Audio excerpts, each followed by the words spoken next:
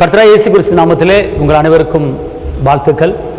இருந்தவரும் இருப்பவரும் வரப்போயிருமாய தகப்பன் இயேசு உங்களை ஆசீர்வதித்து பெருக பண்ணுவார். இந்த நாளுக்குண்டான ஒரு அற்புதமான ஒரு வார்த்தை உபாகமம் 7:13, உன்னில் அன்பு வைத்து உன்னை ஆசீர்வதிப்பார். அல்லேலூயா. நம்முடைய தேவன் நம்மளை ஆசீர்வதிக்கிற தேவன் மாத்திரமல்லாமல் நம்ம மேல் அன்பு வைக்கிறார். அது அன்புனா என்னன்னு கேட்டிங்கன்னா, நம்ம மேலே ஒரு பாசம். இப்போ பார்த்துக்கொள்ளுங்க, ஒரு கணவன் வெளியே போயிட்டு வர லேட் ஆச்சுன்னா மனைவி என்ன செய்வாங்க, இன்னும் ஆளை காணமே அப்படி தேடுறாங்க தெரியுமா? அதுக்கு பேர் தான் அன்பு. அப்போ இதே காட்டிலும் நம்முடைய இயேசப்பா நம்ம மேலே அன்பு வச்சிருக்கிறார். அதாவது தான் சொந்த குமாரன் என்று பாராமல் இவ்வளவாய் நம்ம மேலே அன்பு வச்சு தேவன் நம்மளை நேசிக்கிறார். அதாவது ஒரு சொந்த சகோதரனுக்காக நான் நேசிக்கிறேன்னு சொல்லுவான், ஆனால் நேசிக்க மாட்டான். ஆனால் பார்த்துக்கொள்ளுங்க, ஆனால் கர்த்தர் நம்ம மேலே அன்பு வச்சு நம்முடைய சொந்த குமாரனையே நம்மளுக்கு கொடுத்து நம்மளை மீட்டெடுத்திருக்கிறார். அப்புறம் அன்பு அது கிரியையில் செய்கிறாரு. இன்றைக்கி நான் உன்னை நேசிக்கிறேன், உன் மேலே அன்பு வைக்கிறேன் சொல்கிறது பெரிய காரியம் கிடையாது.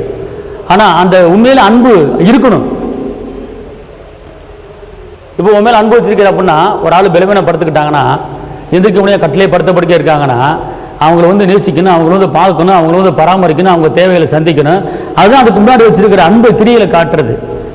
ஒருத்தவங்களுக்கு பிரச்சனை ஒதுங்கி போகிறது அன்பு கிடையாது. இது மனிதர்கள் செய்வார்கள். ஆனால் உங்களை என்னையும் நம்ம மேலே அன்பு வச்சு கரம்பிடித்து நடத்துகிற இயேசு தேவன் நமக்கு சொந்த குமாரன்னு பாராமல் நம்ம மேலே அன்பு வச்சு குமாரனே கொடுத்தவர், மற்ற எல்லாவற்றையும் நான் உங்களுக்கு கொடுக்காமல் இருப்பேனா? என் சொந்த குமாரனே உங்களுக்கு கொடுத்துட்டேன், மற்ற எல்லாவற்றையும் உங்களுக்கு கொடுக்காமல் இருப்பானா என்று சொல்லி நம்ம மேலே அன்பு வைக்கிற தெய்வம் தான். அதனால் இன்றைக்கி உங்களை பராமரிக்கிறவர், உங்களை நேசிக்கிறவர், உங்களை கண்காணிக்கிறவர் இஸ்ரவேலின் தேவன். அவர் தூங்காமல் உறங்காமல் பாதுகாத்து உங்கள் மேலே அன்பு வச்சு உங்களை ஆசீர்வதிக்கிறவர். எனக்கு யாருமே இல்லை, நான் தள்ளப்பட்டுட்டேன், ஒதுக்கப்பட்டுட்டேன், நான் கைவிடப்பட்ட நிலைமையில் இருக்கிறேன் அப்போ நீங்கள் நினைக்காதீங்க.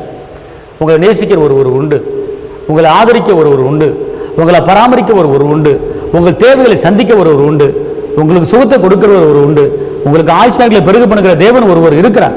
அதனால் நான் தள்ளப்பட்டுட்டேன், ஒதுக்கப்பட்டேன் என்று யாரும் சொல்லாதீங்க. உங்கள் மேலே அன்பு வச்சு உங்களை ஆசீர்வதிக்கிற தேவன் உங்களோடு இருக்கிறார். அதனால் பயப்படாதீர்கள். இந்த நாளிலே தேவன் கொடுக்குற ஒரு வாக்குத்தத்தமான வார்த்தை, உங்கள் மேலே அன்பு வைக்கிறேன், உங்களை பராமரிக்கிறேன், உங்களை நேசிக்கிறேன், மாத்திரமல்ல உங்களை நான் ஆசீர்வதிப்பேன் அப்படிங்கிறார். அதனால் எதை குறித்து நீங்கள் பயப்படாதீங்க, எதை குறித்து கலங்காதீங்க. கர்த்தர் உங்களுக்கு பெரிய காரியங்களை செய்வார். உங்களுக்காக ஜெபிக்கிறேன். தகப்பனை இயேசுவே, நன்றி உள்ளத்தோடு துதிக்கிறேன், ஸ்தோத்திரிக்கிறேன்.